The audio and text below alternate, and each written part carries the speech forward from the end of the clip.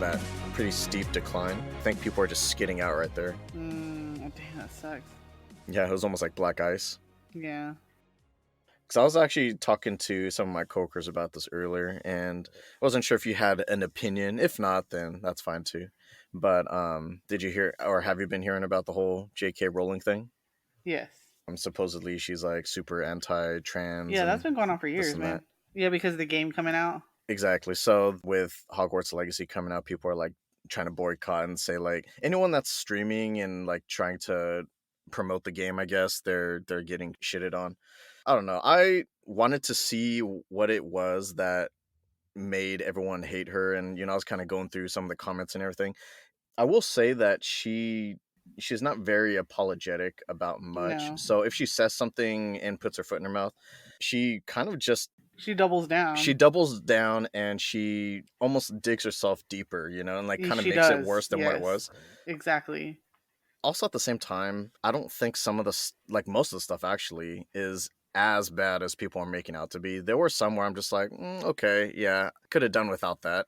And we're not going to get into specifics here because that's not what we're talking about. But yeah, so like part of the very group of people that that she kind of like saved in ways are now like having identity crises and stuff.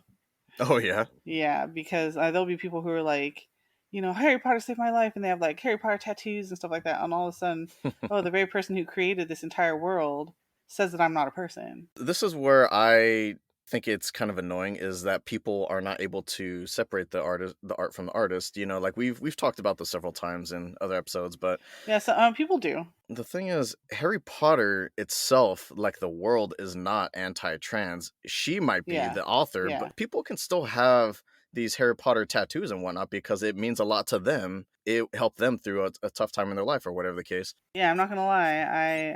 I try to, line her pockets as little as possible myself, but at the same time, if I want to enjoy it, I will. So like, if I ever decide that I have time to play the game, I'll probably buy it and play it. But do I agree with her? No. Like I said, I don't really follow her. I couldn't give two shits about what she's doing personally. I never thought she was like interesting as a person or anything like that, so I never wanted to follow her. But I enjoyed the books, had a blast with the movies. I'm going to play the shit out of that game. Believe that. So I just want to get your ideas on what's going on with that. And what house are you? Slytherin. Woo woo. I am Hufflepuff, rocking the Badger. Yeah. I did want to thank you again for having us over for the Super Bowl, because that was a lot of fun. It was a blast meeting your guys' friends as well, and it looked like a good game. Unfortunately, I was on call that weekend, so it kind of dampened a lot of the experience. I saw most of the game. I just didn't see like the most important part, which is the last 2 minutes. I know. And shout out to the halftime show, Rihanna, right? Yeah. I don't know how in the heck. All I have to say is that if I was up on a platform that was swaying the way it was, hell pregnant. No. I thought it was funny because I don't remember what his name was, Andrew's friend that was sitting on the couch next to me. Jerome? Oh no, Chris. So Chris. I remember telling Chris, why do those platforms, when they did the wide shot, why does this look like a Super Smash Brothers level?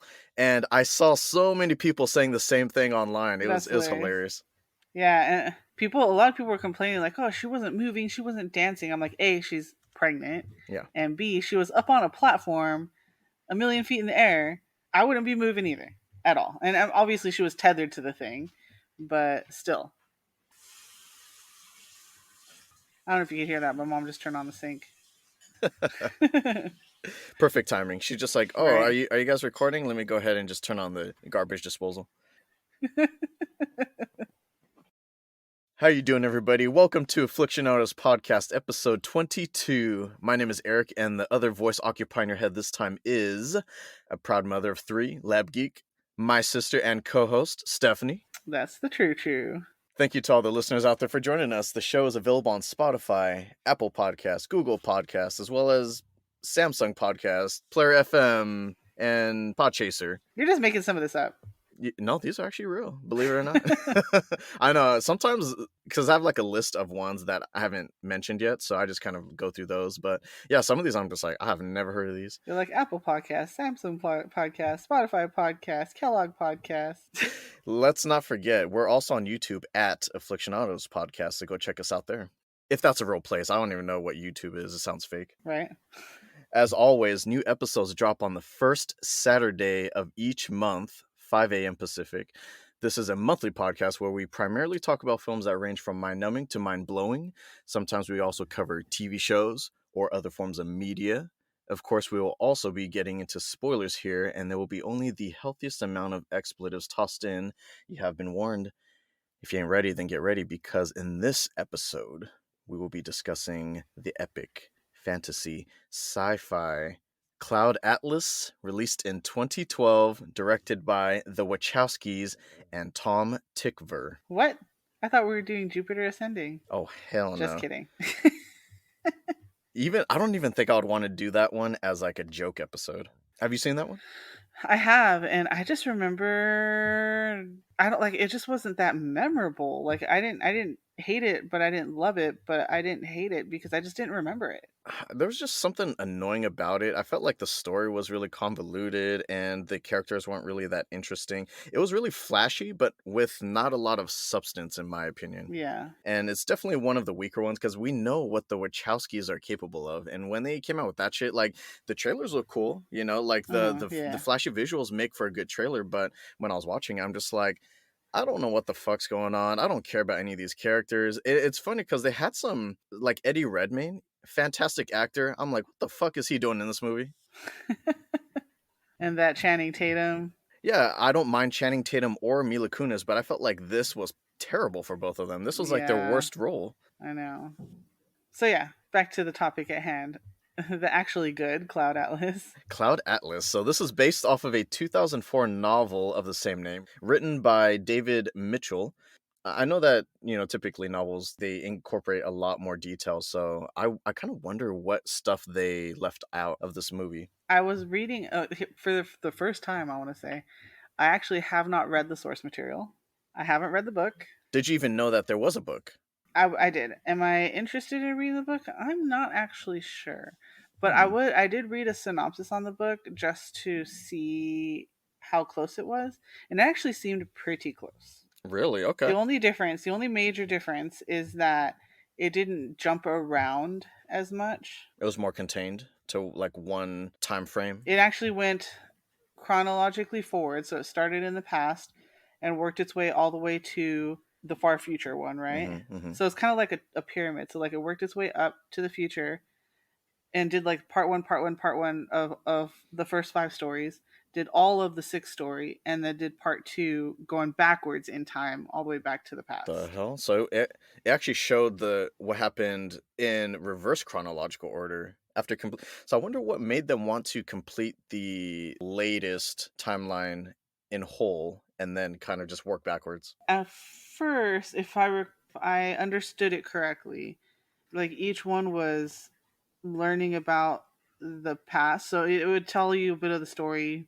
I guess like each section they're learning about like it's happening, and then you find out how the next one learns about the previous one. That's kind of the link. Yeah.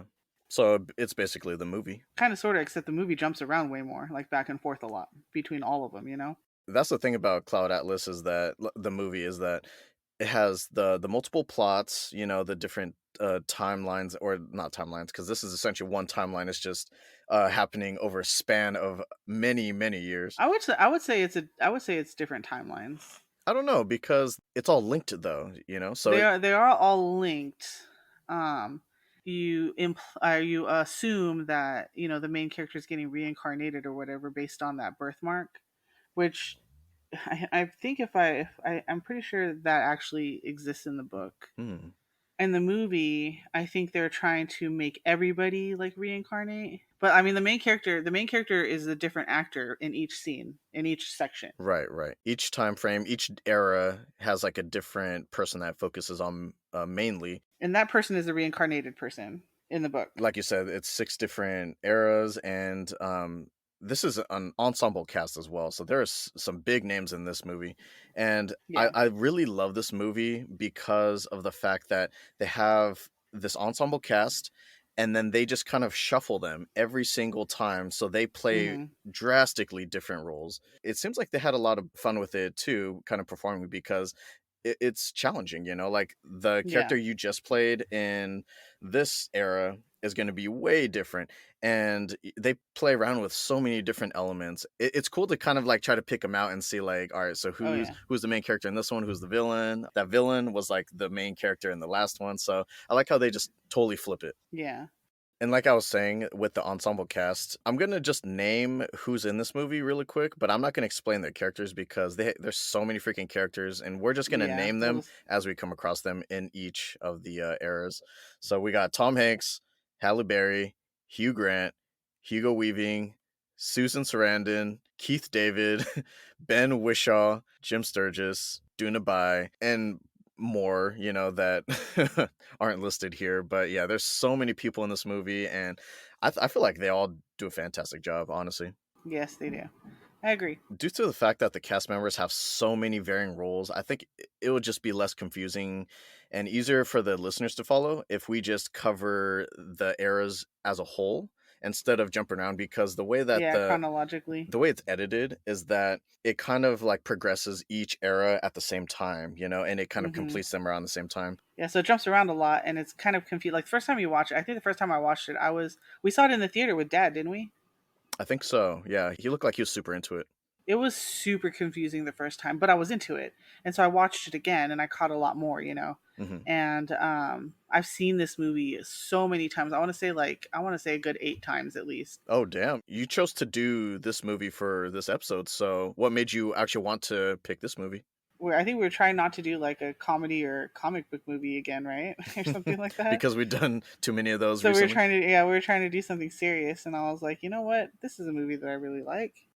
So, we can start with the very earliest era, which is it kind of mainly takes place in the Pacific Islands in 1849. So, we will completely cover that storyline, and then we will tell you when we move on to the next one. Imagine if we jumped around as much as the movie did, then this conversation would be just as confusing as your first time watching that movie. I would be confused. So, in the Chatham Islands, American lawyer Adam Ewing, played by Jim Sturgis, meets the odd Dr. Henry Goose, played by Tom Hanks.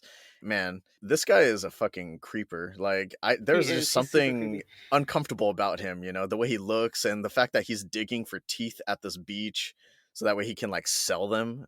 Yeah, seriously, he was weird.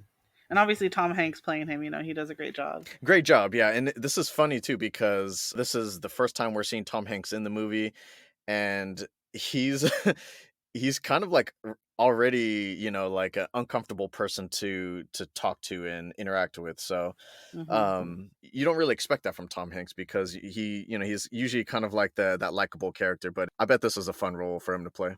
Definitely.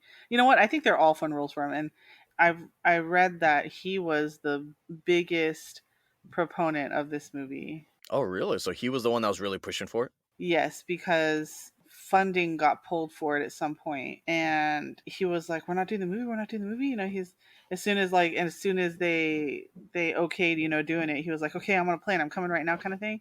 And then everyone else was like, "Tom's on a plane. I guess I'm gonna get on a plane," kind of thing. So You know, I feel like if they can lock in a big renowned actor like Tom Hanks, that would be a big win for them in terms of casting everyone else because you're like, hey, we have the backing of Tom Hanks. It's going to be a decent movie at the very least. yeah. If they cast the right people and they just kind of write the movie in a intriguing way, then I feel like it only goes up from there. Hmm.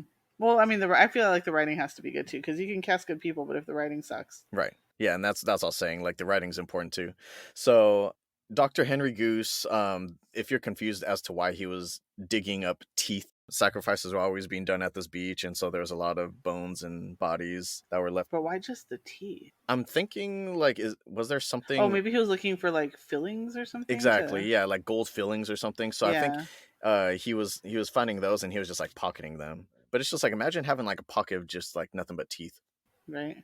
And Ewing, so he seems to be having a little bit of a heat stroke later on. Like he's there to kind of get this contract signed and everything, and it seems like he's kind of striking up a deal to bring some slaves back. Yeah, I think it was like a slave deal, and he needed to get this. I think it was like a missionary or something, right? The guy that Mm, he needed to get his signature, but he's from San Francisco, hmm. and so he's not used to this tropical island. This is New Zealand He's a prissy boy. area, yeah, and so he's like struggling hard in the heat. And he's like, "How do you people live out here like this?" And of course, he's wearing full suit, Oh kind yeah, of thing, you know. that probably didn't help. He's wearing like 5 layers, and it's And like he's wearing 100 black. plus degrees outside. Yeah, Yeah, Adam Ewing is kind of walking through the village and everything, and he's looking at the tribesmen, and he hears a sound off in the distance, this like cracking, and so he's like, okay, let's go check out. eventually he gets to the whipping site, I guess. He sees that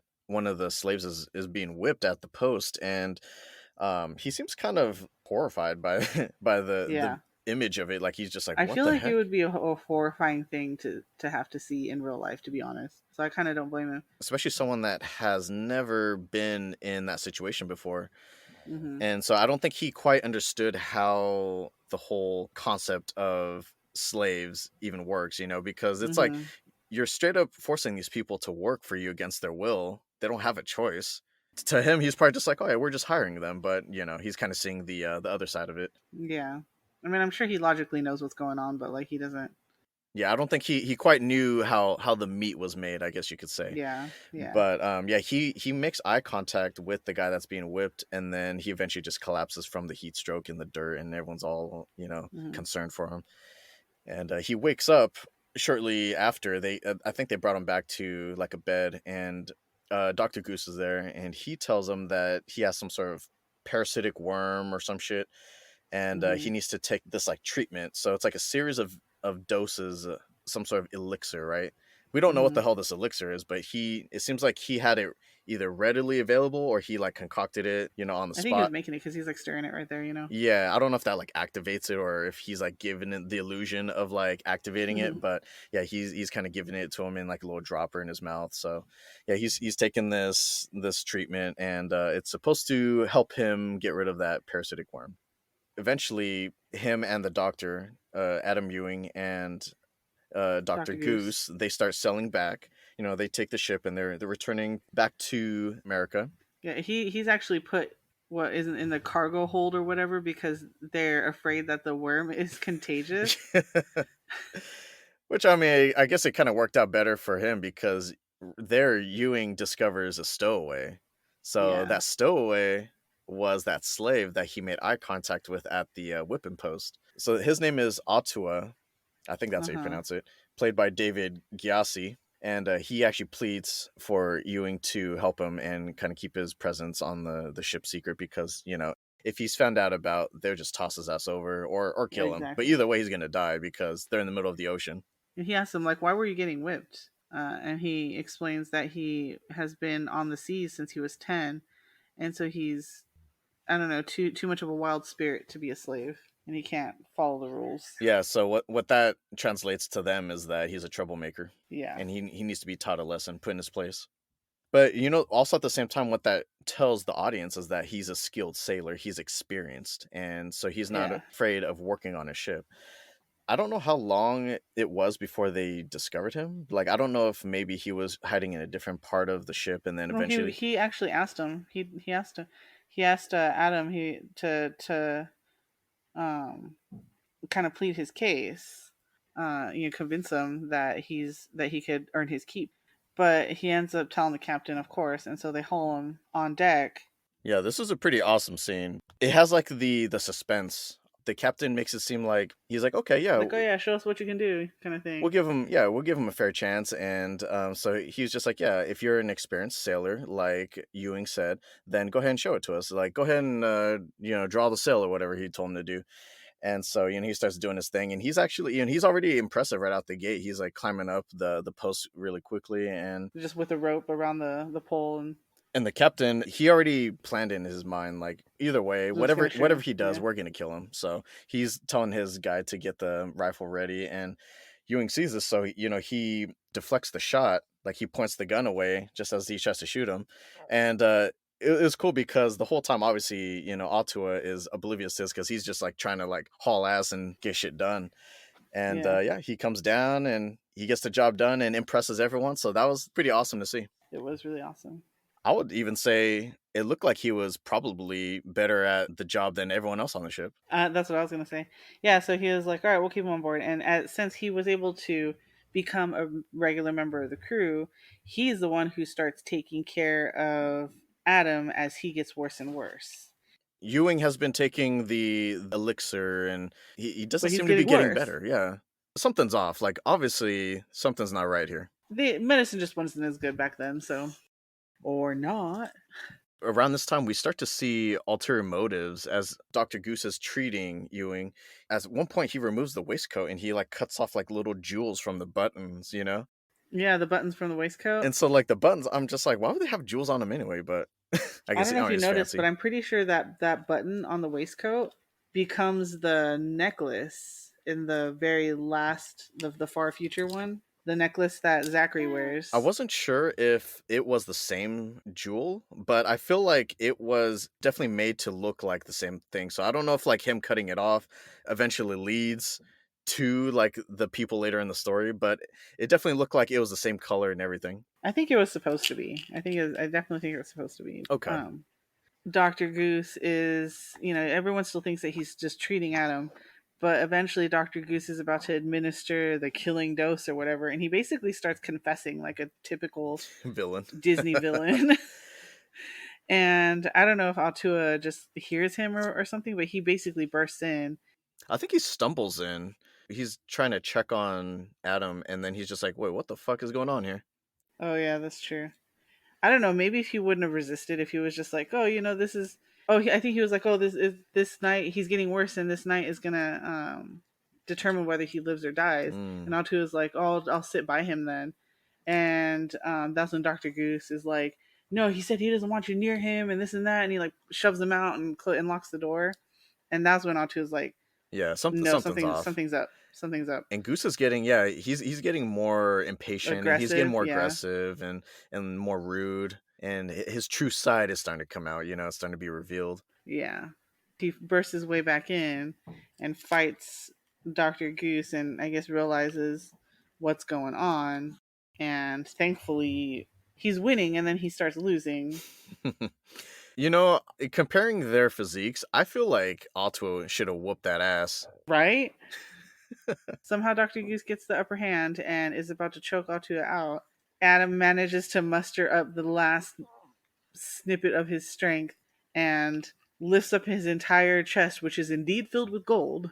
Hits Dr. Goose over the head with it and kills him. So I thought this was a little weird because Adam's kind of coming to. I think he hears all the commotion and all of the fighting and everything going on right next to him. So I don't know if that like snaps him out of it. He's still woozy. He's feeling the effects of the poison that he's been ingesting this whole time. Mm-hmm.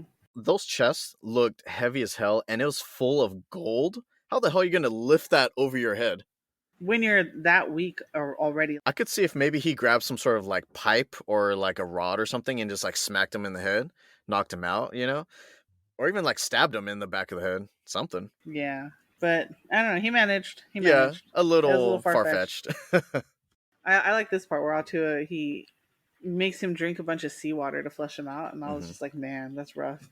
I think we've all been there. Like I've almost drowned a couple times in my life, and when you Right? when you ingest a mouthful of ocean water, you immediately just gag and like want to throw up. Yeah, it's not great.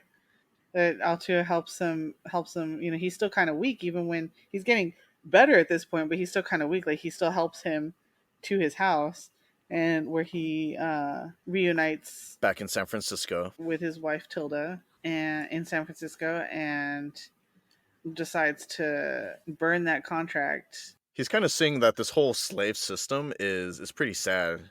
that him and his wife are gonna move east and join the abolitionists. Either way, his wife's or his father-in-law, he's already pissed off that he destroyed the contract that he sailed out there for to begin with. And then he's like taking his daughter away. So he's like, wait, Yeah. what the hell's going on here? And then lastly, they're like, oh, by the way, we're going to join the abolition movement. The last nail in the coffin. Bam. Needless to say, he wasn't happy. Yeah, he was just, and police says something along the lines of, "Oh, anything that you do is just going to be, one drop in the ocean. It's not going to make a difference," kind of thing. Hmm. And then he says something along the lines of, "What's an ocean but a multitude of drops?" And you're just like, "Damn, that's deep." And that's actually from the book. It sounded like it was from the book. It was Yeah, very poetic. yeah. I don't know if I've seen a lot of stuff with this guy, Jim Sturgis, but he seems like a good actor. I didn't get a chance to look him up, but I was wondering what else he was in that I may have seen. He's been in Across the Universe. I wonder if he's the main character in that one. I don't think I've seen that one. That's one of Brenda's favorites. And he definitely shows up a lot more, so we'll be seeing more Oh of yeah. him, Mr. Sturgis. So the next section is in 1936. Cambridge / Edinburgh. Edinburgh. Edinburgh. So this one, the main character is an aspiring young English composer, Robert Frobisher, played by Ben Whishaw. He's in love with this guy named Rufus Sixsmith, which sounds like a fake name to me. Right? What is a sixsmith? Sixsmith is played by James Darcy, and it appears that they need to keep their relationship secret. Like either it's not accepted by society, or it seems like it might just be more of like a status type of thing. Like maybe Sixsmith is kind of in this position where he can't be seen with a guy like Frobisher. I think they're just trying to hide their relationship. This is 1930s, so Yeah, and so you're not allowed to be gay. yeah, it could be that they're just scared of what people will think of their homosexual relationship. Yeah, that was definitely frowned upon. So Frobisher, he's a struggling composer. He doesn't really have much money, and I don't know. It seems like he kind of like has to rely on Sixsmith for some of the stuff, like maybe shelter and Yeah, stuff like that too. So and a waistcoat. yeah, and a waistcoat. Most importantly, the waistcoat. He actually lands a job as a amanuensis. I'd actually look that up. What the fuck is that? Basically, recording music for Hmm. a composer. Yeah. So either someone that's like incapable or just doesn't want to do it, so 'Cause they in the they hire book, someone he's else. going blind, but they don't mention that in the Yeah, movie. I didn't get any hints of that. It just seems like he's just old. Getting old, yeah. So he's a amanuensis for the prestigious yet aging composer Vivian Ayres. I think that's how you pronounce it. Played I by think so. Jim Broadbent. He actually ends up moving into Ayres's estate. So that's in what, Edinburgh? Edinburgh. Ayres is not only old, but he's kind of senile. At least that's I got Hmm. hints of that myself. Yeah, and he's very full of himself, very arrogant. Arrogant, yeah, and I mean that could be because of like his status or whatever, maybe his accomplishments as a composer, but Yeah. it seems like Ayres is, he definitely has diminishing levels of social skills. So Hmm. he's overly rude, snappy, and he has no regard for privacy or being an inconvenience to other people. Definitely not. Everything's about him and what he wants, I think. So Right.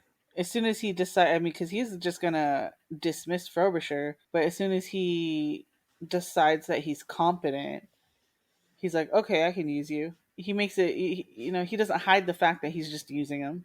One of my favorite scenes is when, he just wakes him up in the middle of the night because he's like, I just had a dream and I hear this melody in my dream and you need to write it down immediately.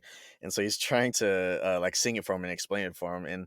And he's just like, oh, damn it, I lost it. So, he's kind of like frustrated with Frobisher that he can't remember the song. And so, Like it was his fault. so Frobisher is just like, whatever, your old ass can go back to sleep. I'm just gonna work on my music. And so he starts like, playing this melody on the piano, and he's just like, oh, that was the theme right there. That's the one in my dream. That was a song of my dream. I wonder if it made its way into his dream because he'd be working on it at night while he was asleep. And like the stuff that you hear I mean, the stuff that goes on around Mm, you when you're asleep makes it into your dreams sometimes. that's So I'm possible. I'm wondering if he heard it because of that. But the funny thing is that he talked about the neo soul future because he's like, oh, there's this restaurant and they're serving food and all the waitresses had the same face and Mm, those were the fabricants. interesting. So that's what he was dreaming about. Interesting. I didn't even catch that. So my take on the melody thing, I actually felt like this was kind of like foreshadowing. a little bit further on in the story because he totally forgets it, but then he starts hearing it when Frobisher is playing it. So I think this goes back to him being senile and him thinking that the music that Frobisher is working on is actually his doing, like the music Yeah. that he's coming up with. But Frobisher, he's learning a lot from Ayers and he's kind of putting it into practice and he's creating this on his own, this original Mhm. song. Yeah. And then Ayers is thinking that, oh, this is my song. Yeah. We definitely see more of that later on in the story. When he threatens to leave, Ayers is like, "No, you're going to finish my Cloud Atlas sextet and, or I'm going to, he blackmails them or whatever." Another thing to mention is that while he's writing the sextet, he is inspired by Adam Ewing's story that is a book. Is he reading like a journal or something that he wrote? Yeah, it's like the published version of his journal. And the funny thing is that he only has the first half of it. He it's ripped in half. Hmm. So he can't find the second half of it. And then he's writing to Sixsmith saying, "Oh, can you find this book for me because I really want to finish it." Hmm. And I don't think he ever gets to finish it. They're still working together on it. I think this is like right before they even, or he even names it. That's where Frobisher. It seems like he starts to have romantic feelings for Vivian Ayres. Which is Like super weird. they're like working together, and I don't know if this is. Do you think this is something that Frobisher maybe it's like a survival mechanism or something? Maybe because how could you? I don't care who you are. I don't see how you could fall for that guy. He's such a jerk. Yeah, and he's like twice his age from what it looks like. Yeah. I don't know how old Frobisher is, but he looks like maybe early He look. 20s. Yeah, exactly. He looks really young. And this guy looked like older than double that. So yeah, he's standoffish and everything. But I don't know if maybe he sees the talent that Ayers possesses inside of him, even though Right. inside this senile body. And then I guess he might be attracted to that kind of thing. Frobisher makes a move on him. He tries to like kiss him Like or whatever. caresses his face or something. Yeah. Starts leaning in and then Vivian obviously rejects this, but what's kind of interesting is that I think Frobisher, he kind of panics for a second. He like gets freaked out. And he's just like, "Oh shit," because I think he's expecting Ayers to like really just like lash out, but I don't know. He just kind of dismisses it. He almost embarrasses him by the fact that he just laughs it off. yeah. You think they're like sharing a moment, and Ayers is like, "What the fuck?" Yeah. But Ayers is pretty. I think he's pretty resourceful from what it seems like. He seems like he knows how to kind of play this underhanded game. So I think he was Mhm. thinking like, I'm going to use this against him at some point. Oh yeah. Oh, on top of that, so this is even weirder, right? So Vivian is married, his young wife, Jocasta, played by Halle Berry, and later that night, Frobisher sneaks into the bedroom and he steals the gun. So he has that ready to go. And I think it's important to note that he steals ahead of time because they don't want you to keep that on top of your mind. They kind of want you to Yeah. forget about that until towards the end. At one point, Jocasta and Frobisher have a secret affair.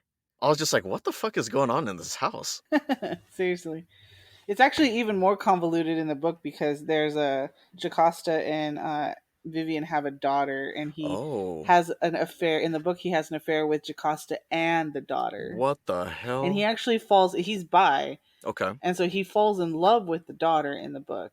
He thinks he's fallen in love with the daughter, and I don't know what's going on with Sixsmith at that point because in the movie, like he's very seemingly devoted to Yeah, Sixsmith, he's like right? he's very much in love with Sixsmith, but I think these are just like affairs or like In the book one-offs. he's like in love with the daughter, so he actually when he does leave, even though despite the threats of blackmail he leaves, he actually gets a hotel close to the house so that he could stay close to the daughter, and he hopes that they're going to reunite. So is how old is the daughter then? Because that leads me to believe that Jocasta and Vivian are kind of like both similar age ish. Maybe not. I mean, but at very least Jocasta is older than she is in the book. She's mom age, the age of a mom. And I would say that the daughter is probably at least late teens, early 20s How did also. you think Jocasta looked in this one? Like, did you think she looked I think she was pretty supposed. I think she was supposed to be pretty young in the okay? That's what I movie. thought too. You know what I Yeah. mean? But honestly, the prosthetics or whatever in this time still weren't that great. I thought they're pretty good. Some of them In were most pretty bad. And I'm going cases, to ask you, and I was going to ask you at the end. Keep this in mind. I was going to ask you at the end which ones you thought were the very the worst. prosthetics. Yeah, Okay, you know what? Like, even though it's kind of weird with the whole dynamic in the house, Jocasta is like, it seems like she is happily married to Ayers. It just doesn't seem like they right. interact a whole lot, and so it definitely doesn't Or seem like she, she hates well, or being she there. tolerates it. You know, I don't know. Maybe, maybe she's excited by the prospect of having this like younger man in the house. I guess. And my thing is, I wasn't even sure if Frobisher went through with it with Jocasta because he was actually sexually attracted to her, or if he, it seemed like maybe he just didn't want to stir up any trouble. So he felt like if he had rejected her, then maybe she would go back to Vivian and say like, he tried to rape me or whatever, use it against him. Well, I mean, in the book, he's bi, so he was with But everybody. did you get a sense that Jocasta was kind of manipulating him as well, or she seemed, I feel like a little. I feel like she was kind of using him a little bit too, because I don't think she was sleeping with Vivian, something tells me that Frobisher would be down for a three-way with both of right? Let's not think about that, because it, them. I will say, I actually thought that the Jocasta Frobisher scene was a little hot. I'm not gonna lie. brother. I wasn't hating it. All right, there are worse sex scenes that I've seen. Yeah, yeah, Halle Berry still got it. Let's just say that. I know. Yeah, that's true. Even when she's dressed as a white lady. It's almost like the longer Ayers and Frobisher, Vivian Ayers, work on the masterpiece together, it's like the more Frobisher has taken the reins. I feel like he kind of Yeah. takes the driver's seat, if you will, and Ayers more or less he just fills in the gaps. So they're working on the masterpiece, and then that's where it's revealed that Frobisher came up with the name the Cloud Atlas Sextet. If we're following the whole reincarnation thing, when he was Adam Ewing, he was like completely submissive to his situation. And in this situation, he starts off more submissive and starts taking charge as he goes You mean like on. the main character? Yeah. Okay, Because that's supposed to be like the whoever has that is birthmark. the reincarnation supposedly? So, if we're following that theory or whatever, then yeah, his this current reincarnation is, you know, learning a little bit from what happened last time Interesting. and starting to transform his circumstances a little bit. I was thinking of just now too when you mentioned that. The reincarnation thing is going to become pretty confusing because we see a lot of the characters brought back in different roles. And so it's almost Right. like each person is being reincarnated as a different person. So it seems like each actor is supposed to be their own reincarnation as the timelines go on, but the main character in each storyline that has the birthmark is supposed to be that reincarnation, and obviously different actors play the main character in each section in each storyline of the six storylines. So it's that makes it confusing.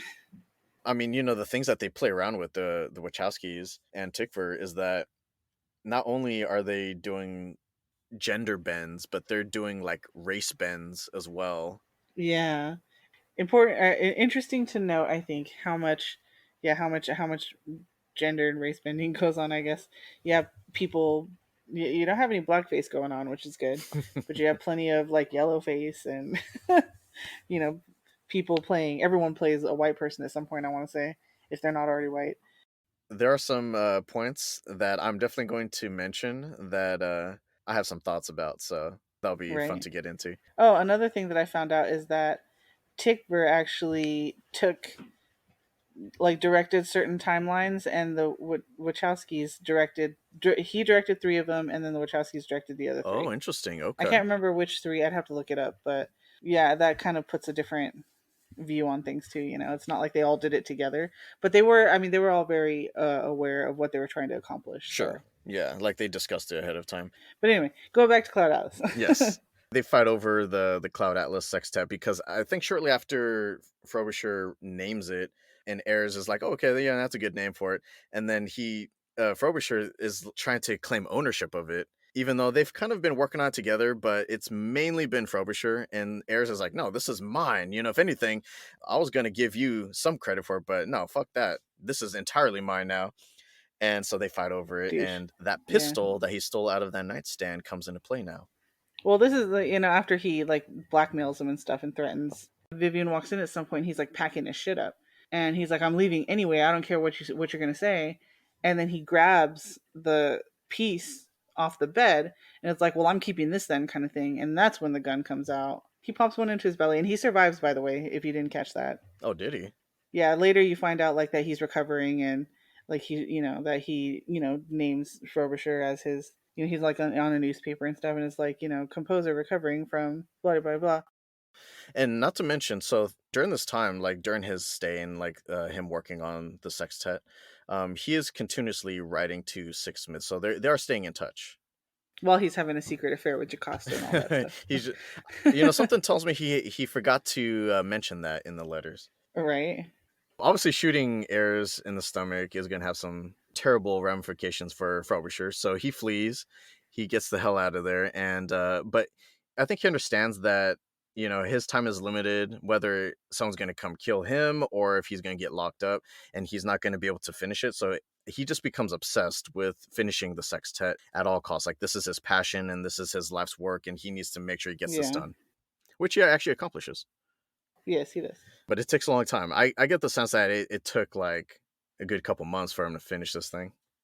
Yeah, and then he tells Sixsmith everything that's going on, and Sixsmith's like, "Oh, I need to go save him," kind of thing. And he also mentions that he goes to this tower every single morning and watches the sunrise or whatever. Mm-hmm. So he goes there, and Frobisher happens to see him first, and he's like, I think it was meant to be that I saw you first because obviously if Sixsmith saw him first, he would have intercepted, but Frobisher saw him first, so he was able to kind of just hide and enjoy the view for one last time, and then go do his thing. Do you think that Frobisher intended to not really like speak to Sixsmith and just kind of like hide from him, or do you think that he just decided that on the spot when he saw him, he's just like, you know what, like I don't want I don't to. want to be tempted to not go through with it, kind of thing. I think either way he was going to go through with it, and Sixsmith was obviously going to try to stop him, but I wonder if he Mm-hmm. thought that he didn't want to like rope Sixsmith into this mess. Like he was like, I'm gonna save him and I'm gonna just like Mm, keep him at bay, keep him as like this like at a this distance like and this neutral party that has no involvement to protect him. mm-hmm. Could be. I haven't thought too deep about that part, but yeah, definitely could be. So Frobisher goes after seeing Sixsmith and hiding from him, he goes back to the apartment. Seems like that's where he finishes the letter. I think he writes it like right Mm-hmm. after that. And then but it's like we're seeing it as it's happening, and then he takes the pistol that he stole from Ayers and commits suicide in the bathtub. So sad. And this is sad too because Sixsmith finds out Sixsmith where his was apartment on the is. stairs. Yeah, He was literally like minutes away from stopping him, yeah, and he just couldn't get there in time. yeah. And he was very distraught, obviously. Hmm. So sad. And I'm sure he carried that with him like his whole life and stuff, which ends in the next section. It was pretty cool. Like I actually really enjoyed that story. This 1936 time frame, yeah, I like this story.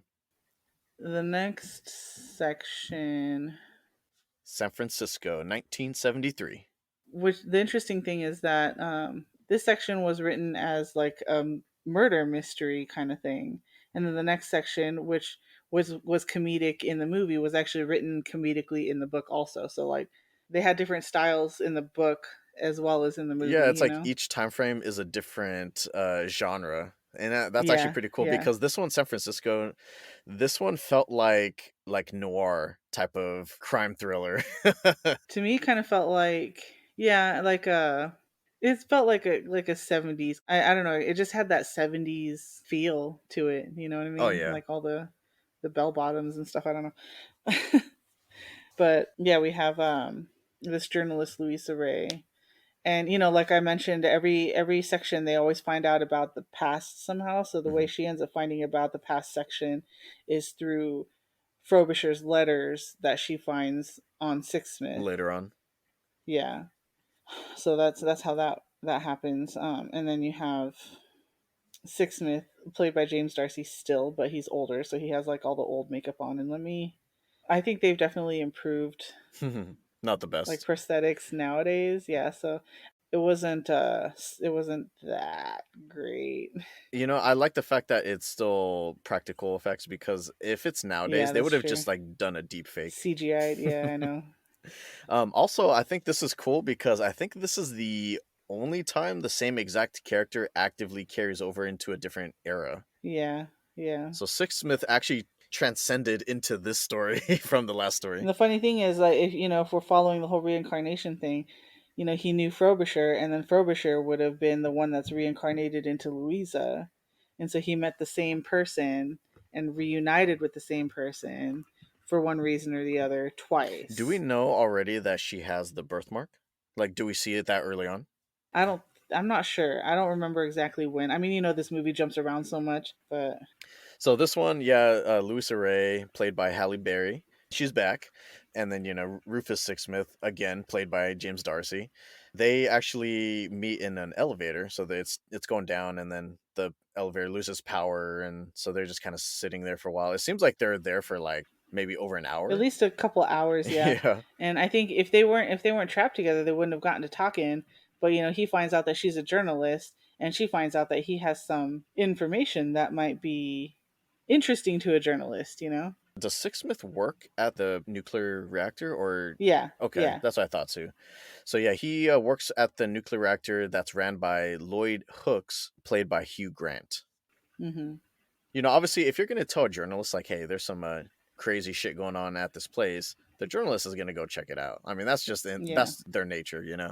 So yeah, she's just like, "All right, well, I'll take your word for it." And so she goes and pays the nuclear reactor a visit, and that's where she actually runs into Lloyd Hooks. Hooks initially to me kind of comes off nice. I feel like there seems to be, even through that niceness, there's like some sort of like something devious about him, I guess you could say. yeah. I agree. He's hiding something. You can just tell.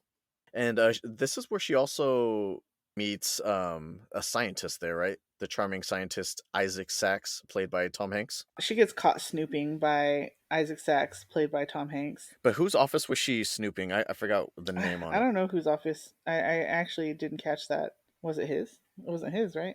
It could have been his. I don't know. I'd have to go back and Do you look. think it was Sixsmith's office? That's a good question. Was he dead by then? No, that's coming up. So she figures that he's gonna gather the reports or whatever, and he's gonna provide it to her. But I think while she's there, kind of scoping it out herself, that's when she meets Isaac Sachs, and he actually seems like a really nice guy. So Yeah. I mean, Tom Hanks, he's good at playing. Anybody.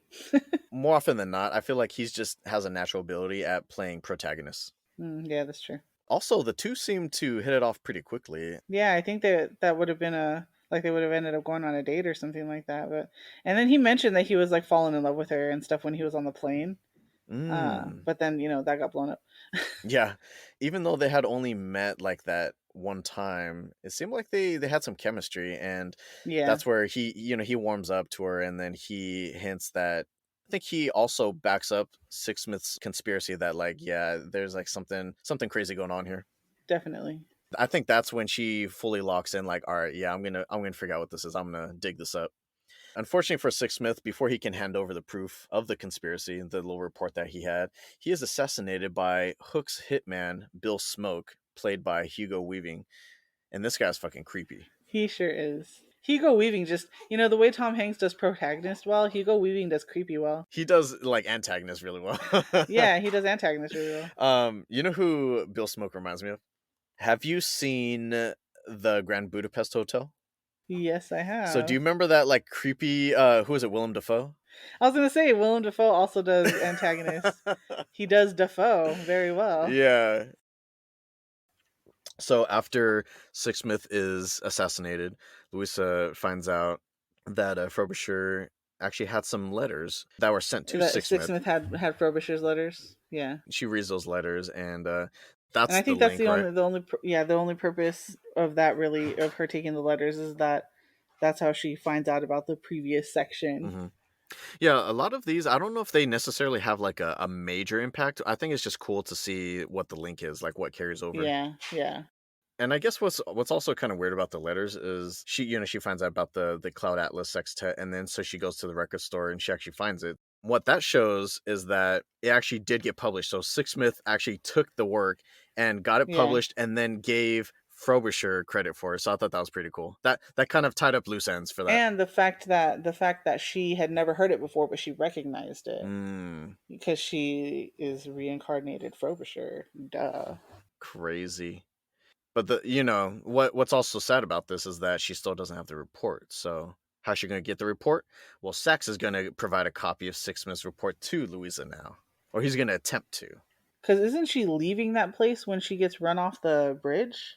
So Sixsmith actually does get killed before she goes and meets up with, because she sees him and then she leaves and then she goes to yeah. So she meets Sixsmith and she doesn't get the report and he gets killed and whatnot. She gets the letters and that's it. But she's like, I need to get this report, and so she goes to the plant hoping that she could find it. Yeah, Sax is the one that provides the report to Louisa. So I think he's like So leaving. she's driving off with it. Yeah, he has to go to Seoul, which is funny. So he has to go to Seoul for whatever reason. And so he's on a red eye or whatever, and then as she's driving home, he's on the plane, and the plane gets blown up at the same time as Smoke starts pursuing her and then runs her off the bridge. This was pretty crazy on Smoke's part because she's like leaving the plant with the report, and then Sax is on a plane and he's leaving. Essentially, they're being assassinated around the same time. The funny thing is, you actually see Smoke leaving the plane. It's not like he's like asking them to like, oh, open back the door, like I need to get off, kind of thing. Hmm. And I'm thinking, like, if it was nowadays, like, what if they're like, no, I can't open the door, like, you're stuck on this plane now? Then he would have been stuck on it too. What would he have done? So it was a different time in 1973. He'd just be like, open the door, I'm getting off after all, kind of thing. And they're just like, yeah, sure, whatever. So he gets off the plane, and then he goes and runs Louisa off a bridge, like right after that. Yeah, I mean, it doesn't seem like that airport is that far away. I guess not. Man, that scene with the car going off the freeway, or I guess it's like a highway. Yeah, it's the bridge. Yeah, That was pretty cool because it's kind of left at a cliffhanger. So this is in the non-linear style of the movie.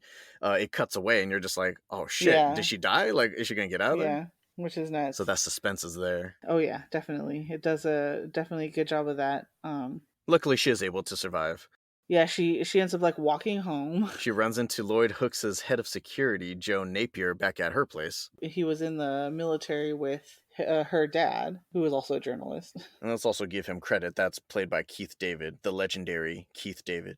who is awesome. Yeah, exactly. And so he ends up helping her a lot. Like they kind of conspire together to get Smoke.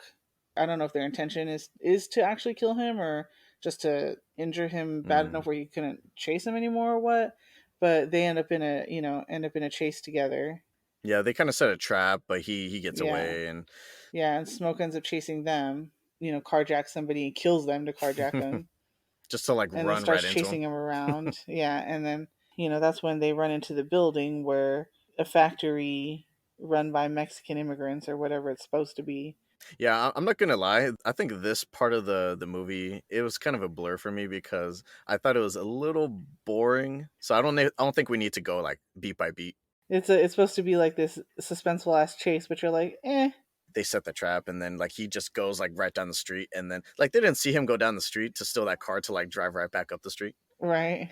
I was like, I okay. think he was just trying to find another vehicle, but they end up in this chase through this building where this factory, like I said, run by Mexican immigrants, and he ends up like the girl at the front or whatever. He kills her dog, and so she comes back. They go through this chase through this whole building or whatever, and then she ends up popping up at the end and like beats him to death with a pipe or something like that. And she ends up finally meeting up with the niece and gets a copy of the report. Yeah, needless to say, like she finally gets the copy after Smoke is killed The niece basically asks her to expose those motherfuckers or whatever. for what they did to Sixsmith. Yeah. Yeah. Which I mean, everyone kind of had their own stake in this, So it's like the niece, obviously for her family, and then, Louisa, she's just a journalist, and this is what she needs to do. Yeah. And she's very dedicated. Does that take us to the next section? Almost. I just wanted to really quick touch on what the conspiracy was. Oh yeah, oh yeah, yeah. So it turns out that that Hooks dude was working for Big Oil, and they had planned for the nuclear plant to explode and kill as many people as possible. They wanted to sabotage the nuclear power plant because they wanted the oil business to still remain as like the main fuel source. All right. Now London 2012. So this section is short and sweet and pretty funny. There's a bunch of old people. I think this is also kind of like the least impactful of all of them. Fun story. You know, Jim Broadbent. He's done a lot of roles. You've probably seen him in the likes of Harry Potter. He plays Slughorn, and he's the ringmaster in Moulin Rouge. Those are the two that I really know him from. And it's funny because he has this way of delivering lines sometimes. Like he does the eulogy for what's his name, Aragog, the spider, the giant spider, Mm. and then he always he goes up at the end of his lines, like he's like, you know, here lies Aragog, and like goes up at the end of his lines and stuff. He does that in Moulin Rouge too. Like that's like a Jim Broadbent thing, I guess. I don't Oh, know. okay. And so I totally recognized it. But anyway, he's hilarious and he's old and he plays that well in this section. I'm not sure if he does he I'm sure he does, but like does he have the birthmark? I don't know if they've ever revealed Yeah, that. that's I kind of want to watch it again and like really pay attention to like where everyone's birthmark is. that's interesting. I don't remember seeing one. This one's interesting because you think that at first it's going to be about the brand new author and former Yeah, gangster Dermot Hoggins, played by Tom Hanks again. But it's actually about Timothy Cavendish, played by Jim Broadbent. he's his editor. So Dermot Hoggins writes a memoir about his gangster ass life or whatever in London, and then gets a bad review, and that reviewer is at his launch party, which was a bad idea. And so he literally murders him for the bad review right then and He's so there. pissed, and he's drunk too, so he just fucking just tosses his ass over the ledge. Was not And you expecting totally that. see the splat. They Yeah, show the that splat. was yeah, that was unexpected, but Yeah. I can appreciate that they put the work into it. Right? It's funny because that's the only time you see that character is like when he throws him over. Yeah. That kind of helps propel the success of his book. But since he's in jail for murder, Cavendish takes all the money. Hmm. He's just like, why not? What's he gonna do with Yeah. it in jail? And then spends it all, by the way. Because he only has like 2,000 pounds left when his brothers come asking for the money, and they ask for 50K, and he only has 2,000 when he calls the So bank. those are his brothers? I thought they were just like goons. I don't think it. I'm not sure if it mentions that it's his brothers, but in the book it's his brothers. And then, like if you read a synopsis of the actual movie, they call them his brothers too. Hmm. Interesting. So I Okay. think it's supposed to be his brothers regardless. So yeah, he his brothers come, or maybe it just means brothers as in That's what I gangster thought because they didn't look brothers. like they were related to Hawkins at all. They just look like some generic goons. His goon brothers. Yeah, whatever gang he's in. But yeah, they threaten Cavendish's life, and so he has to come up with the money somehow. And so who does he hit Right. up? He hits up his well-off brother, Denholm. What kind of name is Denim? And Denholm is played by Hugh Grant. In old makeup, in terrible old makeup as usual.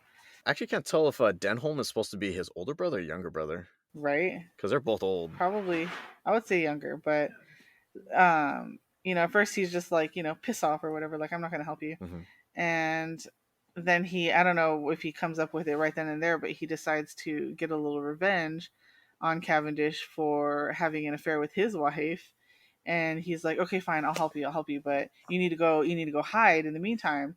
So hole up at this hotel.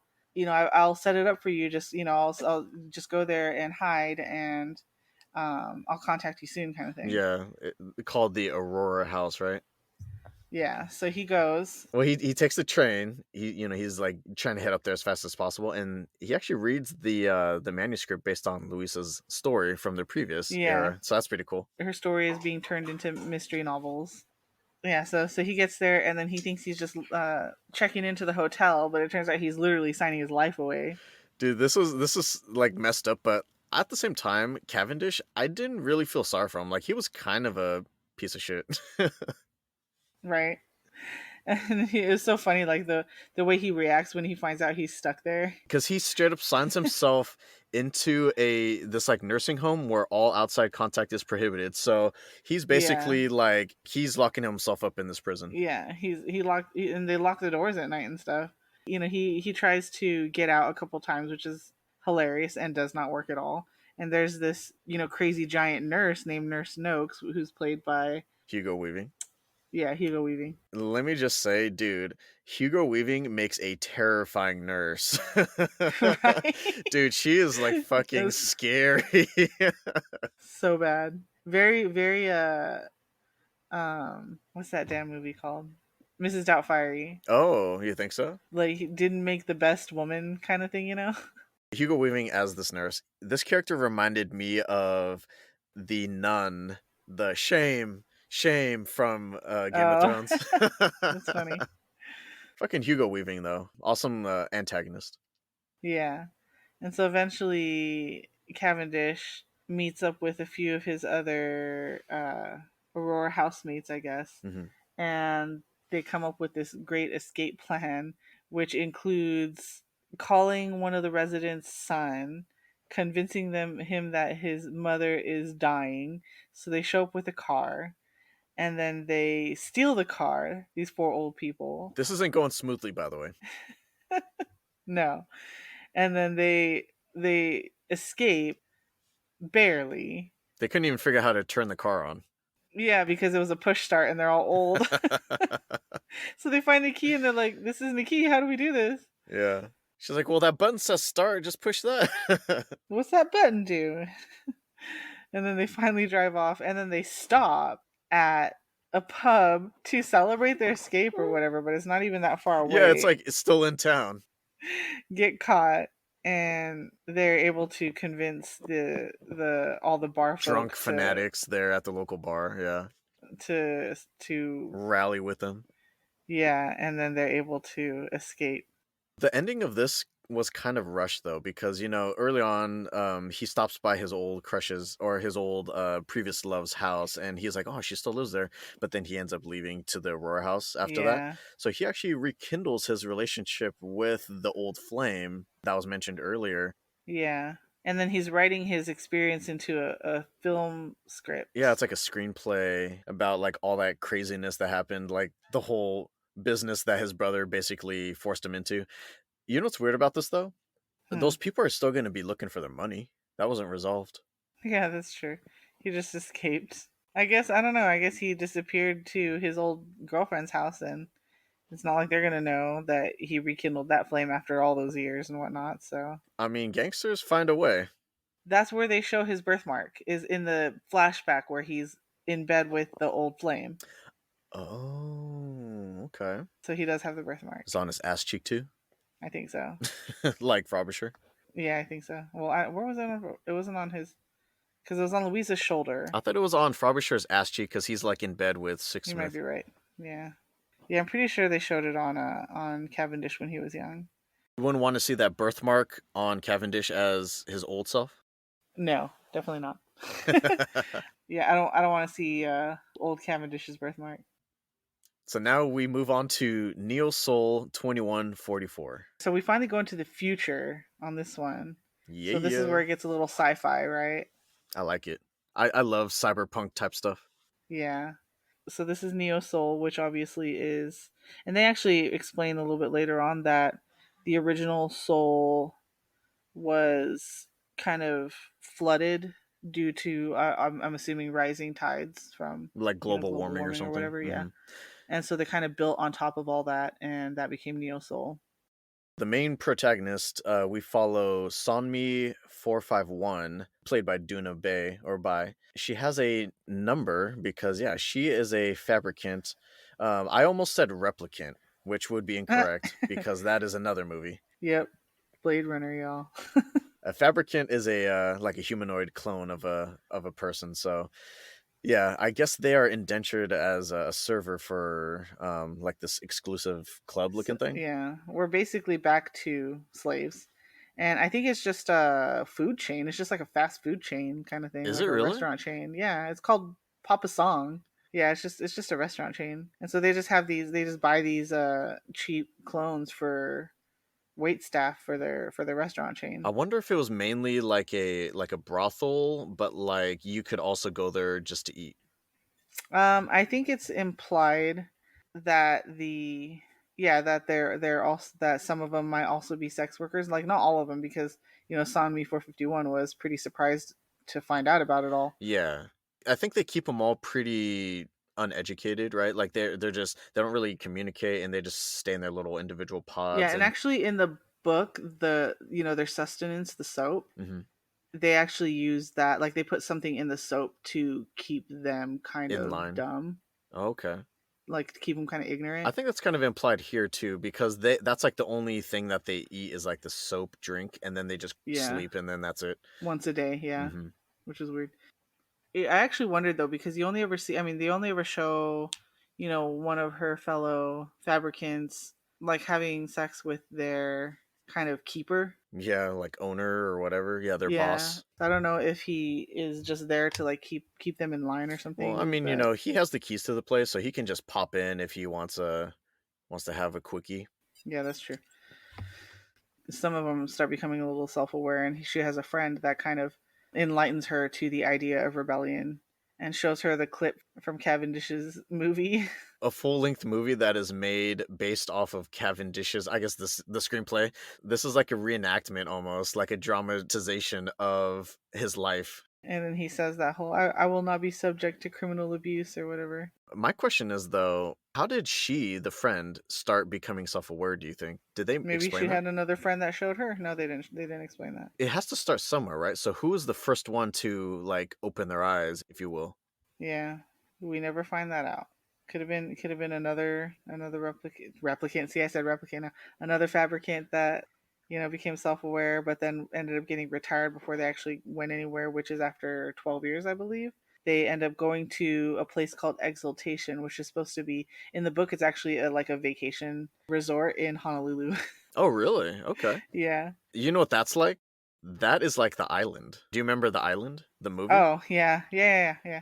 I think that's like a similar concept where they're like when it's time to like leave their home, then Yeah, it's like, "Oh, yeah. we're going to this paradise." Yeah, I remember that. And I actually saw like some of that kind of recently, like a couple months ago, kind of thing. Yeah, so yeah, it's kind of like that ish, where yeah, after 12 years, they're quote unquote retired into this place called Exaltation. They think that they're going to someplace nice to live out the rest of their lives after they've done their time of 12 years. But her friend, the friend that opened her eyes, ends up standing up for herself in the middle of a work shift and gets immediately retired.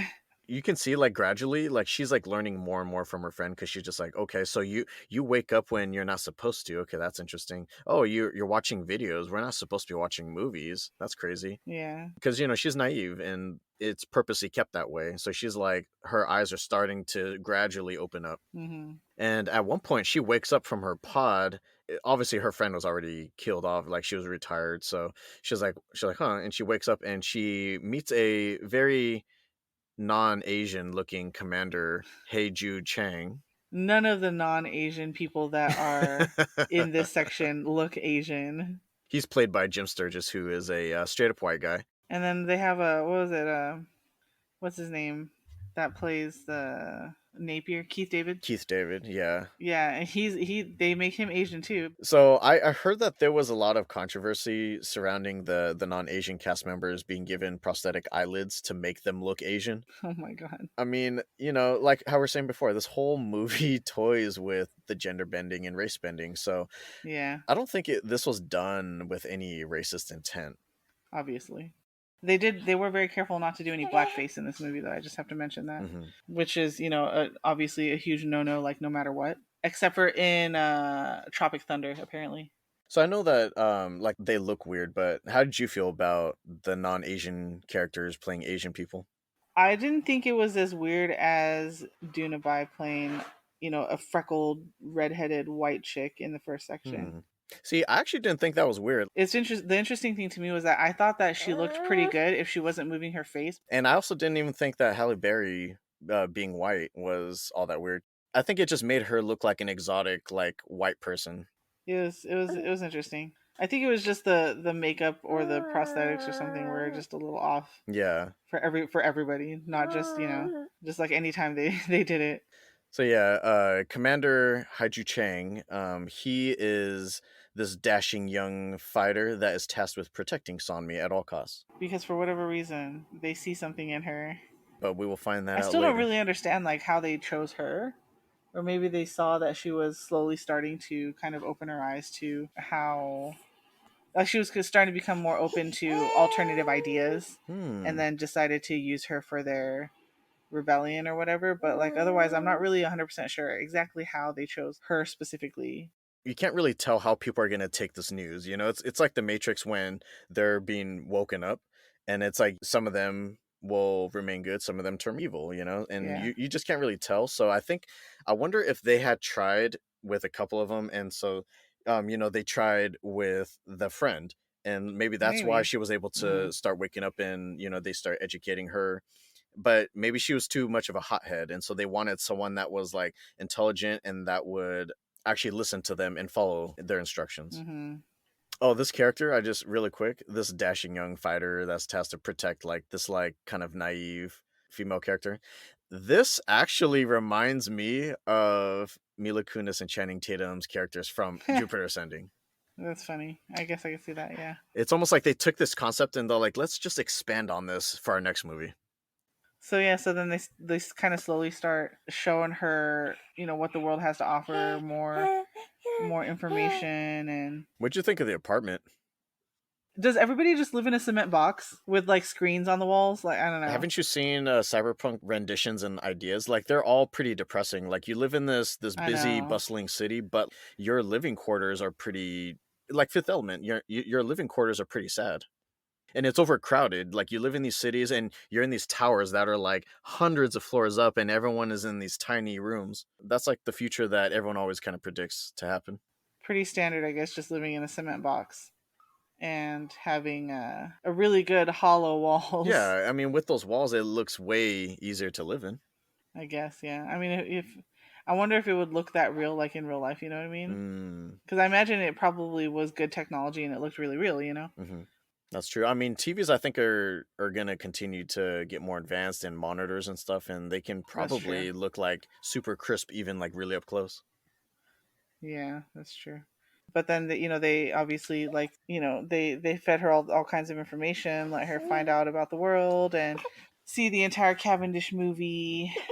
So eventually, Chang introduces Sunri to the leader of the rebel movement, Ancor Apis, I guess is how you say it, and that's Keith David's character. Yeah. Tells Heiju to take her to the soap factory, show her exaltation, which is also the soap factory, right? That really they're just getting killed, strung up like cattle, and recycled into the soap. And she's like, they feed us to ourselves. That was crazy. When she finds out about this, Sonmi is horrified. She's just like, Yeah. "What the fuck?" And I don't understand how just wearing, red jumpsuits with hoods made them blend in, but whatever. Wearing like Handmaid's Tale outfits. I know.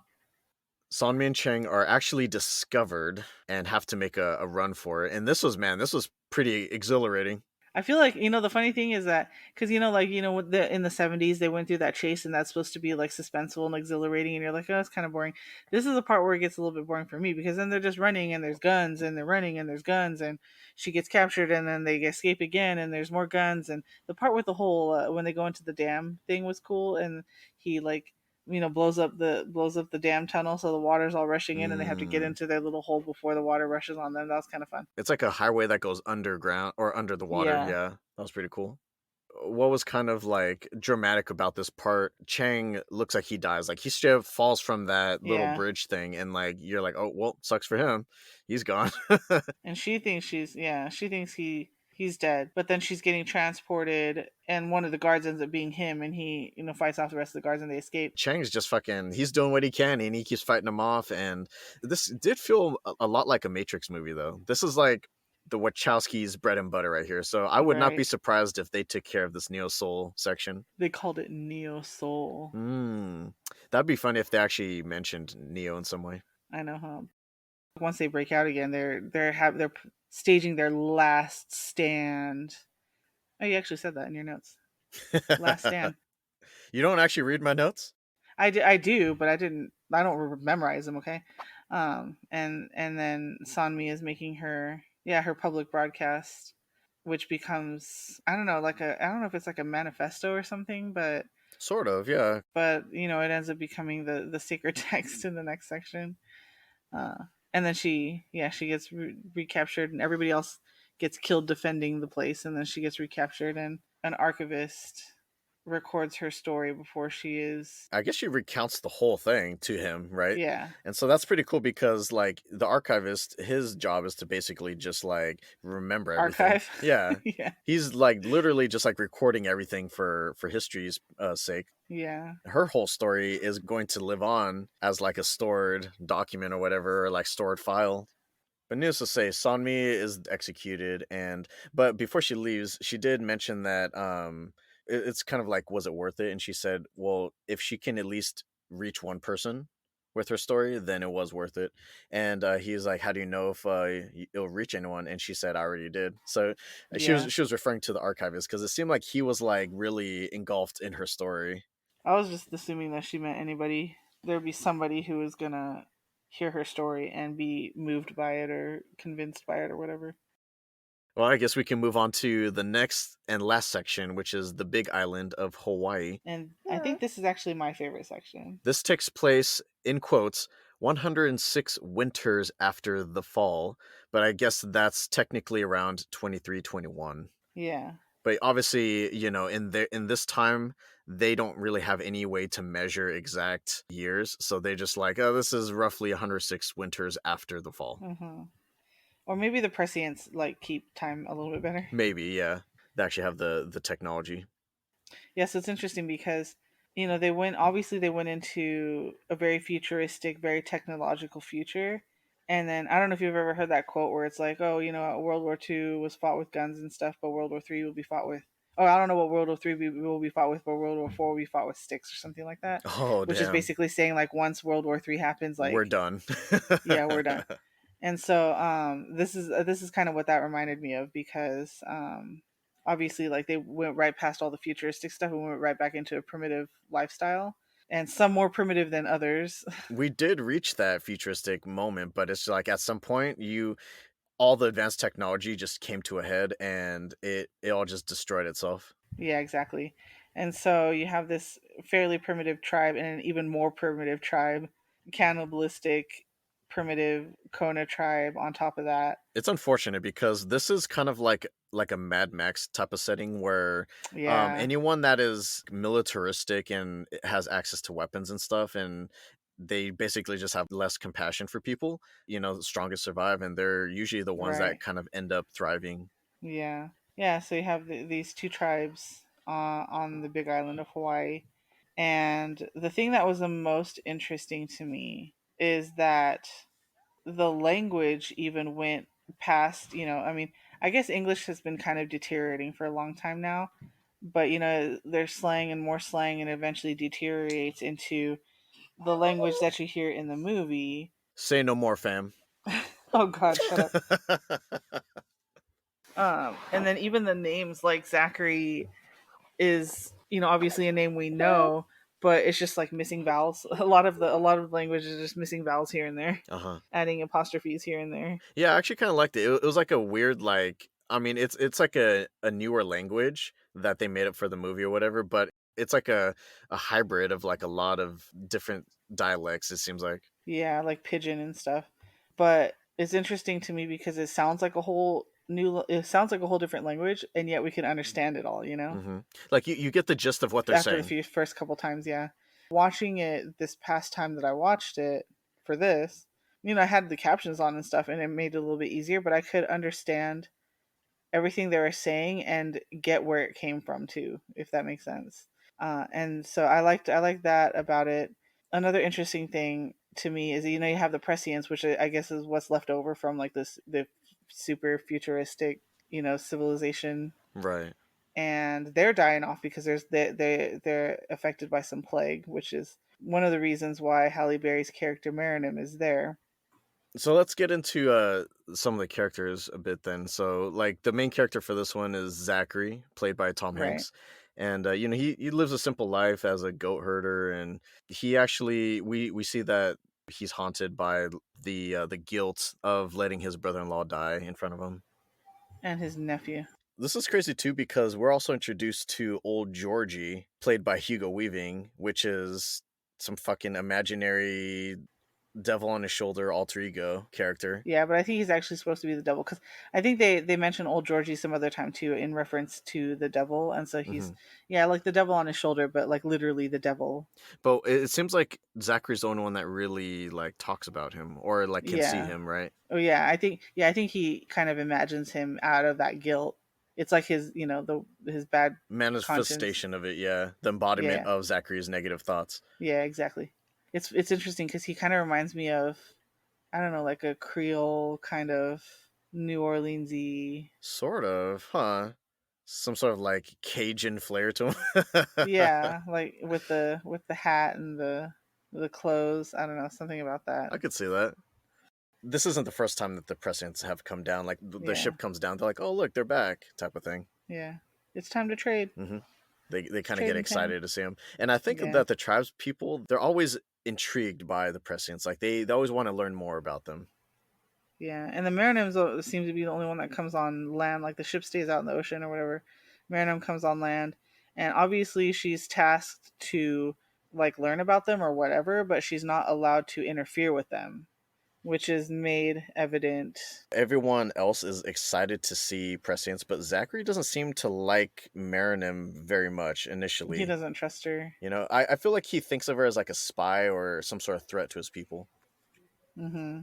Yeah. So when does he go see the abbess? So that's when Marinim is had been staying there for a bit, right? Yeah. Was it before or after his niece though? I want to say before. However that happens, but she ends up giving him like a real prophecy kind of thing. Yeah, like she says the words right, like Yeah, like she kind of goes into a trance, like throws her head back, her eyes change like three or four different colors.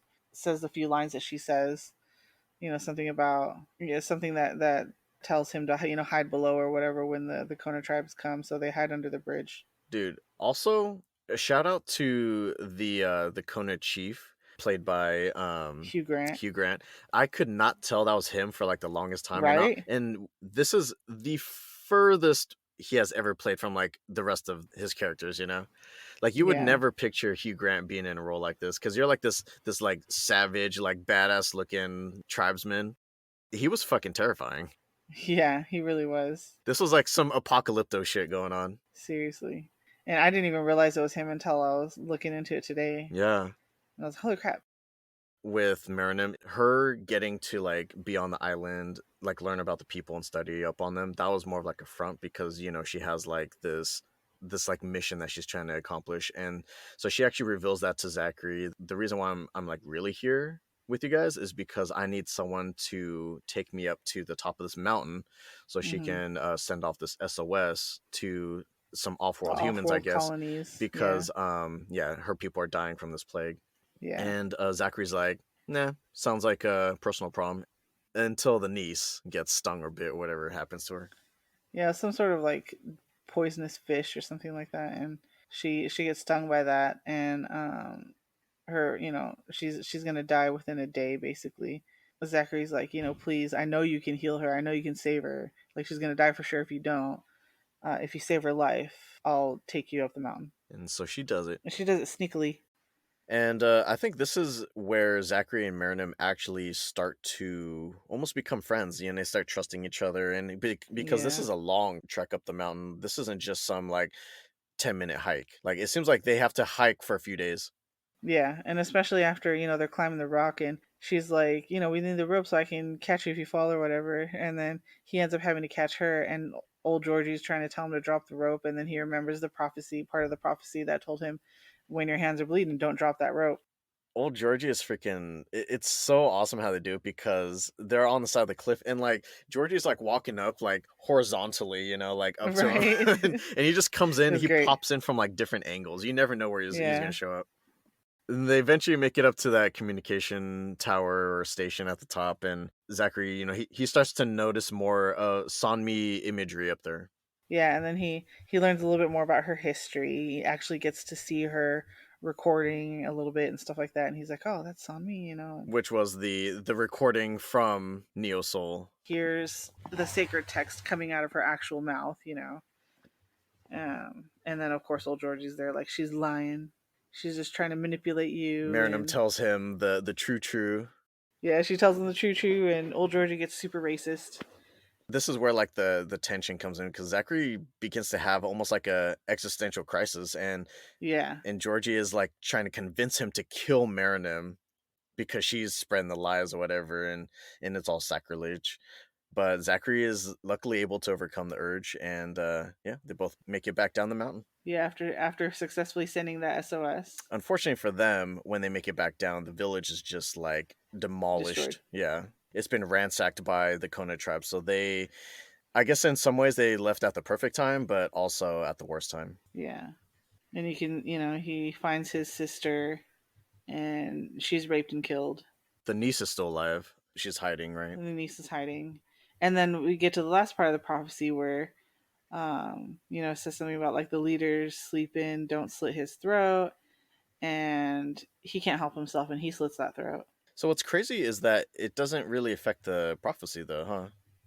Well, it doesn't end up affecting the outcome in a sense because you assume that if he didn't slit the throat, and then when the rest of the dudes come and they whistle for him, he's supposed to come hobbling out of that hut, and he never does.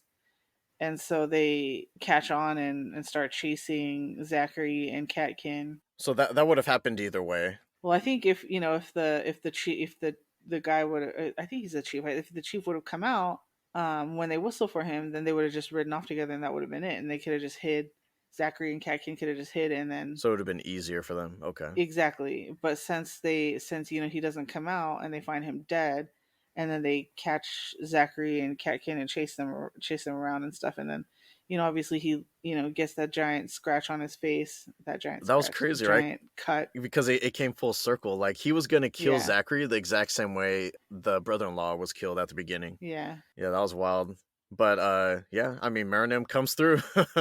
She comes through with her fucking futuristic prescient gun. And then you find out at the end that the SOS was heard and they were all saved. And then Yeah. they're on a new planet, and you can see Earth from that planet, and Zachary is telling his story to all of his grandbabies. What is that, like 12 grandbabies or something? I didn't count them, Damn, but they there got was a fucking lot of freaking busy. grandbabies, which means they had a lot of kids to have all those grandbabies. Yeah. Yeah, they got busy. But that was cool. So they showed that Zachary and Marinum got married and then yeah, Yeah, they stuck it out with each other. that's so cute. They're essentially living happily ever after. Yeah. And he says at some point the one granddaughter asks like, "Oh, do you still love Grammy?" And he's like, Hell "Grammy no. is the best thing that ever happened to me," or something, and it's super cute. And then it shows Grammy, and she has horrible old makeup on. The old Pretty much all the old prosthetics. makeup was terrible. Yeah. But if I had to choose the worst one, I have two. One worse, even more worse than the other. The first one that I thought was super duper bad was Halle Berry's old Asian man makeup. That was terrible. What? I actually thought it was interesting because I could not tell who the hell that was.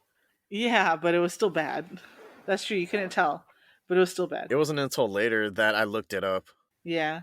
Worst one was the Mexican lady. Yeah, I agree. That straight up just looked like she was wearing a mask that didn't move. It looked like it was like prosthetics that was melting off. I'm just like Yeah, this like it doesn't look just complete. it looked like they just bought a mask at a Halloween store and then tried to glue it on around the edges. It was so bad, so bad. Like that scene, I was just like that. Her prosthetics look horrible, but the movie is great in general. That is a wrap, folks. If you made it to the end of our podcast, then Hugo Weaving is now going to terrorize you in whatever era you're in. Oh my god. that's a horrible that's a horrible reward for reaching the end of our podcast. Hugo Weaving in any of his forms is gonna terrorize you. How about you'll get to reunite with the love of your life in all your reincarnations? There you go. Any final thoughts or closing comments? It's definitely one a great movie, and it was well done in my opinion. And I liked, even though it was super confusing the first time you watch it with all the jumping around. Yeah. I think the jumping around definitely adds to it, and I'm glad they didn't do it in the same chronological pyramid order thing that they did in the book.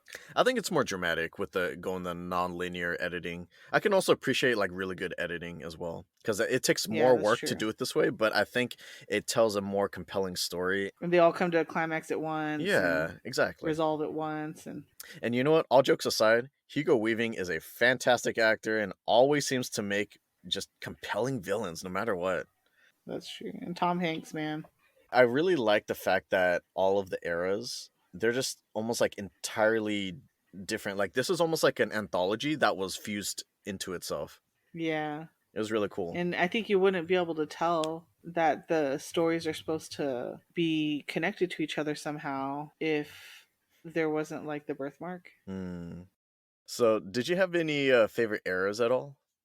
I actually really liked the last one. That was your I thought it absolute favorite? was, yeah, I just thought it was super duper interesting to see an idea of the way that our language might deteriorate into something more primitive, I guess, something less sophisticated than even, what we speak now. That was a cool concept. Yeah, it's. I guess that it would make sense too because it's like once technology is removed from the equation, then it's like what happens to the rest of us, you know? So we have to kind of go back to the basics. Yeah. And so it was cool to see it at like I guess what you could say the height of technology, which was the neo soul Hmm. era, and then it's like what happens after that, you know, once technology is gone. Yeah. For me, the 1849, I don't know what it is about it. I just felt like it made for an interesting period piece drama, and I don't know. It's just I think I enjoyed the principal characters in that one, Yeah. just like the writing of the characters. And then the 1936 reminded me of a bit of Amadeus, which Hmm. I love. So, I mean, you know, I think it was just kind of nostalgic in that respect. I kind of like the love story between Frobisher and Sixsmith. Yeah. I already said before, I'm a big fan of cyberpunk, and let's be honest, 2144 is the Wachowskis' bread and butter. Like that's what they do. You know, is like futuristic stuff. Yeah. To me, it was visually striking, and I thought it was some of the most impactful storytelling in out of all of them because there was a lot at stake, and I felt like it had a big impact on the era after, you know, the post-apocalyptic world afterwards, and I thought that was pretty cool. Yeah. So now we know what our future holds. Yeah. Shout out to Halle Berry because honestly, in my opinion, she had the most dramatic changes out of everyone. Yeah. I also thought that I guess that creepy little Asian man cyberpunk doctor guy, Yeah. his name is Ovid, and I thought that was fucking awesome. Just in my opinion, because while he did look fucking weird, I think that kind of fits in like a cyberpunk setting because everyone looks fucking weird. Everyone's augmented. He has that fucking like eye thing, you know. Yeah. So I think it just kind of worked in that setting. But this woman playing creepy little Asian man concept was done 100 times better than in Twin Peaks. There's this character named Mr. Tojimura. It's almost insulting to the audience's intelligence. I guess before we wrap up, are you watching anything that you would like to recommend, film or TV? I'm watching the Last of Us show, which is pretty Noise, good. noise. I am as well. And did you ever see Andrew play the game, or did you play through it yourself? I watched a little bit of it, and the zombies were definitely creepy. And the fact that they could like run fast and stuff, I didn't like that. Andrew wishes I would have played the game, but I was never, I guess, really. I think he knew that I wouldn't enjoy it as much as he did. But because it was a good story, he's glad that now there's a way that he can share that story with me. The whole fungal infection thing is an interesting concept. So Yeah, I thought so too. Brenda and I, we watched The Menu on HBO Max. Oh yeah, I wanted to see that. And it's good. It's good. It's weird because the cover art makes it look like it's gonna be like a comedy, you know. Hmm. Um, but it's very much a very creepy thriller. I Hmm. recommend it though. I didn't expect that. Okay. Think I forgot to mention it last time, but yeah, we saw the movie Babylon, and it's another one of those movies that's kind of based upon Hollywood in its glory days, and Oh, okay. it's actually more about like the early days of Hollywood as it was like getting into the golden years, and it was like becoming like really glamorous and this and that. Some of the concepts are actually kind of similar to Once Upon a Time in Hollywood, in my Mm. opinion. Obviously, without the Sharon Tate portion, but it's about like an actor that seems kind of washed up, but he's still able to prove that he's got it. And then you got these people that are like up and coming that are trying to really get into it. And I thought it was a interesting story. I like the acting, top notch acting. That's good.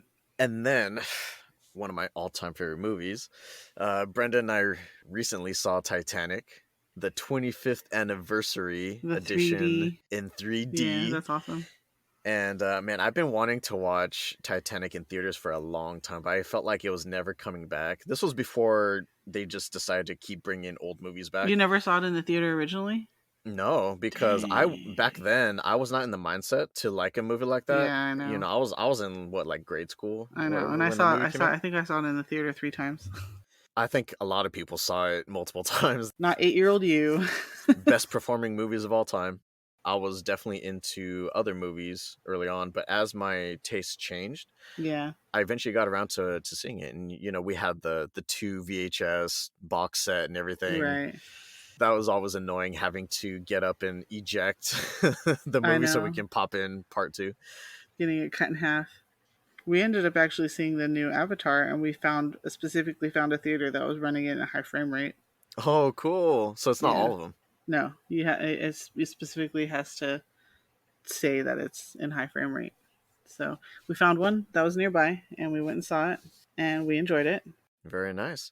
It was tense. Like the whole second half of the movie was like not a nice, outing that I was hoping to get. Like this nice date with my husband. I was like super anxious the whole time. It was similar, but I felt like in some ways it may have even been done better than the first movie. Yeah, in a way. I mean, like I said, I was kind of stressed out like the whole second half of the movie in a way that it definitely didn't have to be with the first one. Yeah. But it was obviously visually beautiful and stuff. Will I see the next one? Probably. Aflixionados is available on all of those fancy streaming services you folks like to use. New episodes drop on the first Saturday of each month, 5 a.m. Pacific. If you enjoy our content, go ahead and leave us a nice review. It will be much appreciated. Thank you so much to listeners out there for joining Stephanie and I. This has been Aflixionados Podcast, episode 22, Cloud Atlas, and we will see you all next time. True, true.